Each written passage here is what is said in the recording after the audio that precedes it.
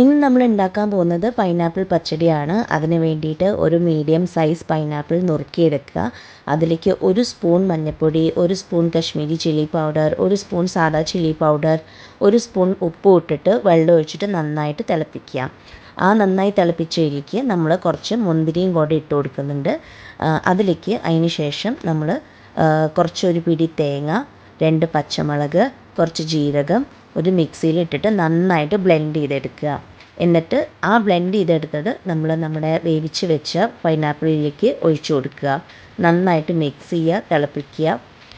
അതിലേക്ക് നമ്മളൊരു 3 table spoon തൈര് ഒഴിച്ചു കൊടുക്കുന്നുണ്ട്. അതിനുശേഷം നമ്മൾ കടുക് വറുക്കുക. അതിലേക്ക് 2 കപ്പൽ മുളകും പിന്നെ കുറച്ച് കടുക് പിന്നെ കുറച്ച് കരിവേപ്പില ഇട്ടിട്ട് നന്നായി കടുക് വറുത്തിട്ട് നമ്മുടെ കൂട്ടിലേക്ക് ആഡ് ചെയ്ത് കൊടുക്കുക. ഇത്രയേ ഉള്ളൂ. ഈസി ആയിട്ടുള്ള പൈനാപ്പിൾ പച്ചടി നമ്മൾ റെഡിയാക്കിയിട്ടുണ്ട്. ഈ വിഷുക്കാലത്ത് നിങ്ങളെല്ലാവരും ഇത് ട്രൈ ചെയ്ത് നോക്കണം. ഇഷ്ടപ്പെട്ടാൽ ലൈക്ക് ചെയ്യുക, ഞങ്ങളുടെ ചാനലിനെ സപ്പോർട്ട് ചെയ്യുക. ഇതെല്ലാവരും ട്രൈ ചെയ്ത് നോക്കുക. കുട്ടികൾക്കും വലിയവർക്കും എല്ലാവർക്കും നന്നായി ഇഷ്ടമാവും. അപ്പോൾ ടാറ്റാ.